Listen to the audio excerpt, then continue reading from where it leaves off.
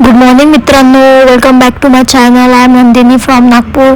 आज होता संडे आणि मी बनवत होती आज होममेड पिझ्झा बेस आणि पिझ्झा सॉस वगैरे मी रेडीमेड आणलं होतं, म्हणून मला काही जास्त मेहनत करावं लागली नाही. व्हेजीस वगैरे टाकल्या, चीज वगैरे टाकली. मस्त बघा माझा पिझ्झा किती सुंदर दिसत होता दिसायला. आणि थोड्याशा व्हेजीस अजून बाकीच होत्या. मग मी याला 15 मिनिटसाठी ओव्हनमध्ये बेक करायला टाकलं होतं. आणि तो पिझ्झा बनवतपर्यंत मी एक दुसरा पिझ्झा बनवायचा विचार केला, कारण की माझ्या थोड्याशा व्हेजीस बाकी होत्या. आणि मग मी हावाला पिझ्झा थोडासा नॉर्मल बनवला, पण पूर्ण व्हेजीस टाकून दिला जेवढ्या पण बाकी होता.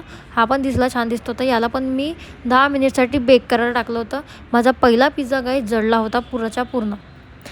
हा दुसरा पिझ्झा मीडियममध्ये ठेवला होता म्हणून तो व्यवस्थित झाला, पण पहिला पिझ्झा पूर्ण जळला होता, पूर्ण जळला होता.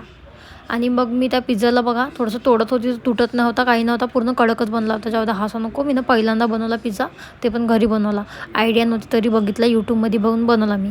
आणि हा गाईस टेस्ट पण त्याचा दुसऱ्या पिझ्झाचा एक नंबर वाटत होता. पहिला पिझ्झाला तर मी हात पण नाही लावला, एक नंबर वाटत होता गाईस तो पिझ्झा. टेस्टी पण खूपच झाला होता. चला आता मला जायचं होतं बर्थडेला शूटसाठी, म्हणून मी मस्त बुकवून घेतलं, चांगलं खाऊन घेतलं. चला आता भेटूया नेक्स्ट ब्लॉगमध्ये. व्हिडिओ चांगला वाटला असेल तर लाईक करा, सबस्क्राईब करा, शेअर करा. Bye bye. Have a good Sunday.